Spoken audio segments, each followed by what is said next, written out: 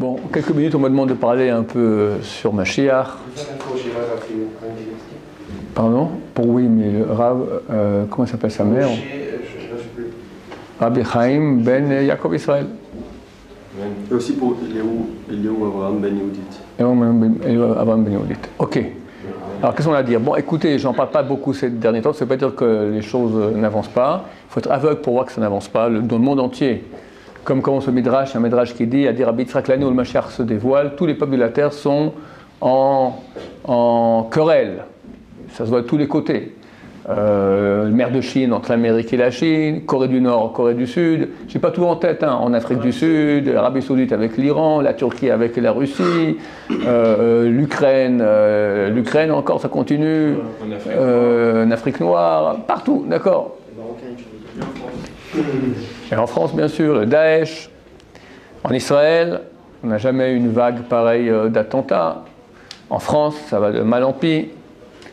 Donc les choses bougent. 1425 attentats depuis 7 ans. 1425. Ah, c'est en Israël. Ouais. Et je veux souligner ce point-là extraordinaire, que beaucoup de gens ne voient pas, alors que c'est vraiment extraordinaire. Je dis ça souvent ici, mais je le répète parce qu'il faut vraiment vanter les miracles qu'Hachem fait avec nous. 1425 attentats. Ouais, c'est pas les tentatives d'attentats, c'est les attentats, parce qu'il y en a beaucoup plus qui sont déjoués, etc. D'accord? Attentats. Quelqu'un vient tuer. Avec un couteau, avec une voiture. Combien il tue de personnes? Quelqu'un rentre maintenant dans un endroit, avec un couteau, hop, avant qu'on l'attrape, combien il peut tuer? Minimum 3-4. Minimum 3-4, même s'il est vraiment pas très calé, minimum 3-4. Donc s'il y a eu 1425 attentats, on aurait dû avoir aujourd'hui au moins 5000 morts. Il y a moins de 50 morts. Je ne sais pas le chiffre exact, moins de 50 morts, c'est clair. C'est un miracle, c'est 50 sur 5000. C'est 1% de ce qu'il aurait dû avoir normalement. C'est miraculeux, il faut comprendre ce que nous sommes en train de vivre. Les gens ne se rendent pas compte. Il y a 40 ans ici, les experts en géopolitique disaient qu'il n'y a aucun futur possible à l'État d'Israël. Ils sont 5 millions, ils sont entourés de 300 millions, des pays puissants, avec des armées puissantes, bien plus élevées au niveau du chiffre, de leur quantité. Alors peut-être actuellement ils ne sont pas encore au même niveau technologique, mais avec le temps ils vont rattraper, et avec les armes modernes, etc. Israël n'a aucune chance. Et qu'est-ce qu'il a fait Hachem? Ils auront fait la bagarre entre eux. Le printemps arabe, et l'un après l'autre. L'Égypte, c'était le leader du monde arabe. Plus rien, fini, ça me pédit, il ne peut pas tenir une guerre de 2 heures. La Syrie, c'était notre plus grand ennemi, balayé par la guerre intestine. L'Iran, maintenant, Baruch Hashem, on s'est dit, qu'est-ce qu'il y a avec l'Iran? La Ligue arabe, maintenant, qui coupe tous les contacts avec l'Iran. On m'a dit hier soir, je n'ai pas encore vu ça dans les nouvelles, le Pakistan a averti l'Iran que s'il touchait un seul cheveu de l'Arabie Saoudite, il était rayé de la carte. Le Pakistan est la bombe atomique. Je dis que je sache, je crois que 50 ans dans les relations entre pays, on n'a jamais entendu qu'un autre dise tu vas être rayé de la carte, à part sur nous. Alors, sur nous, on est toujours d'accord. Mais qu'un pays arabe dise à un pays musulman dise à un autre pays musulman tu vas être rayé de la carte, d'accord? Si tu bouges, que je raye de la carte, on n'a jamais entendu ça.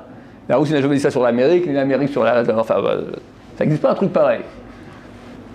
Bon, alors les miracles que Dieu nous fait, c'est extraordinaire. Il faut voir la main de Dieu. Au lieu que nous on se balle contre eux, ils se battent contre eux.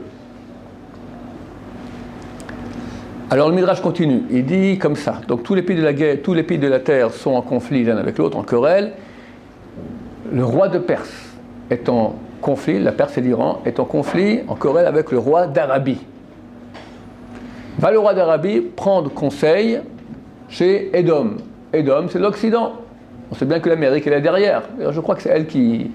Je crois, bon, je ne suis pas un grand géopoliticien, mais l'influence russe, elle commence à grandir ici dans la région. Hein. Les Russes, ils sont en Syrie, ils sont copains avec l'Iran, ils se battent contre le Daesh, c'est les seuls qui font quelque chose. Donc ils prennent beaucoup d'importance ici. Même avec Israël, il y a des bonnes relations. Donc l'Amérique, elle est un peu laissée pour compte. Et comme l'Amérique peut laisser pour compte alors que son grand ennemi, toujours la Russie, prend du pouvoir. Donc il provoque une querelle entre l'Iran et l'Arabie Saoudite. Eux sont dans l'Arabie Saoudite pour assurer au niveau militaire, l'armement, etc. Et comme ça, ils reprennent leur place. Ça peut être tout à fait plausible. Quoi qu'il en soit, le Midrash continue. Il dit donc que le roi d'Arabie va prendre conseil chez l'homme, chez l'Occident, revient le roi de Perse, détruit le monde entier. Je ne sais pas comment expliquer cela, parce que je ne vois pas très bien l'Iran aujourd'hui, qui n'a pas encore de bombe atomique, détruire le monde entier. Mais ce peut que tout simplement, s'il décide de conquérir l'Irak et le Koweït et l'Arabie Saoudite, chose dont ils ont les capacités, parce que c'est quand même une armée, c'est quand même un pays important, ils ont conquis le monde entier. Ça veut dire qu'ils ont pris 80% de l'énergie mondiale. Ils peuvent mettre tout le monde à genoux. Si eux, ils ont maintenant tout le pétrole, c'est fini, quoi. 80% du pétrole mondial se trouve dans cette région-là. Peut-être c'est le sens de ce midrash, j'ignore. Qu'est-ce qui se passe? Tous les peuples de la terre font du bruit et sont terrorisés, tombent sur leur face et seront pris de contraction comme une femme qui accouche. Et Bnei Israël aussi seront terrorisés, font du bruit. Et diront où aller venir, où aller, où venir. Dieu leur dit, mes enfants, pourquoi vous avez peur? N'ayez pas peur. Tout ce que je fais que pour vous. C'est Hachem qui fait tout. Le temps de votre, n'ayez pas peur, le temps de votre Géoula est arrivé. Quand elle sera, on ne sait pas. Mais je rappelle que nous sommes maintenant en Motzei Shevit, on est en sortie de 7e année.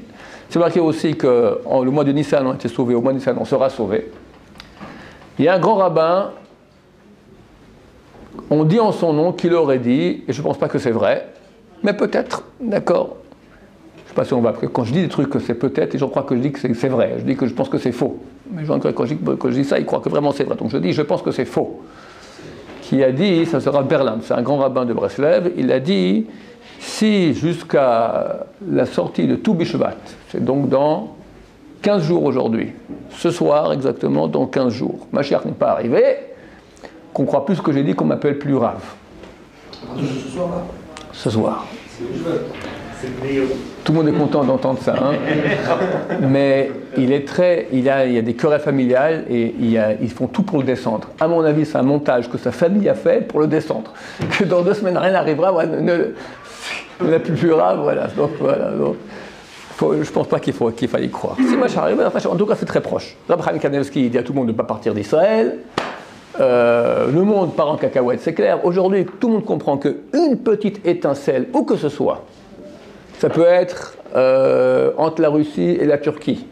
C'est pas compliqué. Aujourd'hui, dernièrement, il y a 2-3 semaines, chacun a arrêté des bateaux en mer Noire. Les Russes ont tapé des bateaux turcs en mer Noire. Les bateaux turcs ont arrêté des bateaux. S'il y a un qui s'énerve et il torpille l'autre bateau, c'est fini. C'est la guerre. Et c'est pas un soldat, ça arrive, des soldats qui s'énervent comme ça et boum, qui tirent. Hein. Ça arrive tous les jours. Il y a quelques années, un avion qui est parti d'Israël pour Moscou a été descendu par un missile russe. Un soldat, il appuie sur le bouton. Ça peut arriver. Hachem peut tout faire, c'est pas compliqué. Entre l'Arabie Saoudite et l'Iran maintenant. L'Iran, il s'est fait. C'est ce que j'ai dit, va être.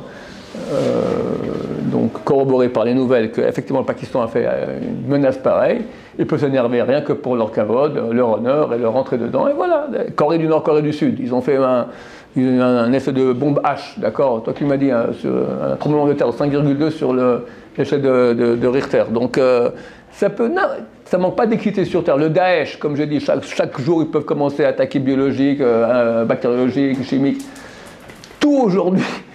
Ou quand tu regardes, ça peut être un début, ici en Israël. Je ne vais pas dire des choses, mais bon, c'est pas compliqué pour que ça devienne un feu terrible. On ne sait pas comment ça aura lieu. C'est peut que Mashiach se dévoile, c'est ce qui provoque Gog et Magog, c'est peut que Gog et Magog commence, et après Mashiach se dévoile au milieu, à la fin. On ne sait pas comment ça sera. Ça a l'air très proche. Ça, c'est au niveau géopolitique, mais au niveau, il y a encore un autre point, c'est la crise économique.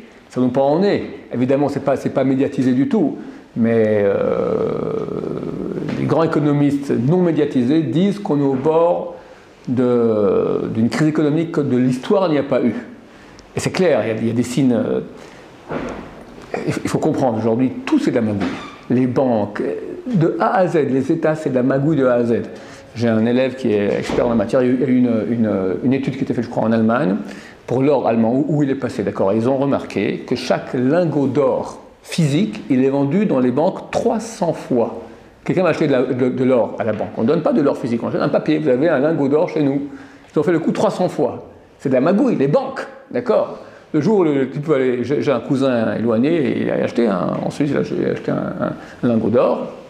Il a dû se battre pour il a eu pour finir, mais il a dû aller 15 fois, d'accord? La banque revenait. Ils veulent pas. Il y a une loi qui passait, ce même élève m'a dit aussi, une loi qui passait, ça, un petit article qui est apparu dans le Figaro, ça, évidemment ça n'a pas été médiatisé parce que c'est super grave. Une loi passée en France, mesdames, messieurs, d'accord, je m'adresse ici aux internautes, en France. C'est une loi française maintenant, que quelqu'un qui met à la banque de l'argent, beaucoup d'argent, il met 1 million d'euros, d'accord, 3 millions d'euros. Si maintenant la banque juge nécessaire, suivant le contexte de crise incessant qui peut arriver, de prendre l'argent, il peut prendre l'argent.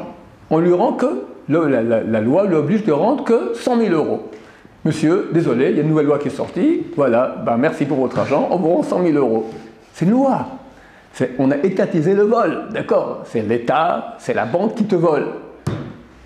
Et pourquoi ils font une chose pareille? Si eux font une loi pareille, que tout le monde comprend que c'est complètement dingue, ils sentent que c'est incessamment sous peu, ça nous pend au nez. La bourse chinoise, il y a déjà un mois, 2-3 fois elle a fermé, là, cette semaine, ça descend, 7%, ils ont fermé la banque, ils ont fermé la bourse, en pleine journée. La Chine, c'est pas un petit pays, c'est une bonne, évidemment, ça a un impact sur toutes les bourses. Donc, on est au bord de la crise. Donc, non seulement au niveau géopolitique, où c'est partout, on sent que chaque seconde ça peut sauter, mais au niveau économique, tout ça nous dit qu'il faut se réveiller.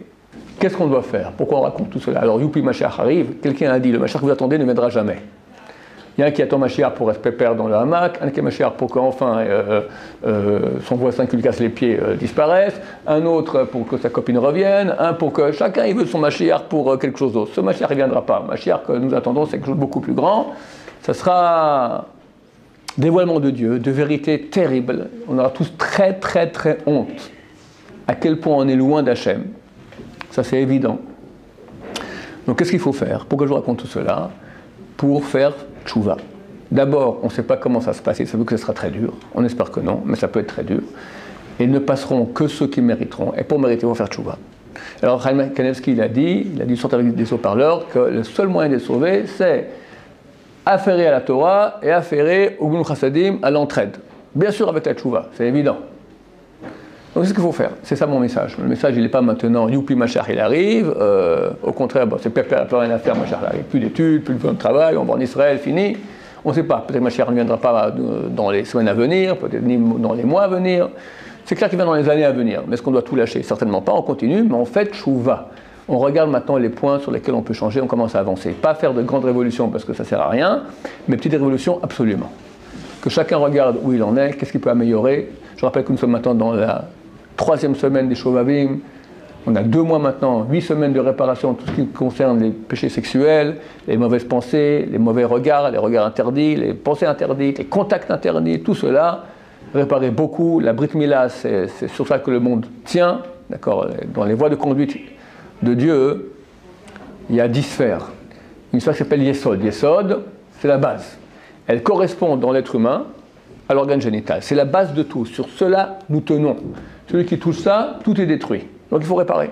Comment on peut recevoir Mashiach en ayant notre être spirituel complètement détruit? Donc faire le choix, c'est le moment maintenant sur ces points-là. Quand Hachem, Mashiach viendra, Berachamim, Bekarov, Amen, Keneratso. Amen.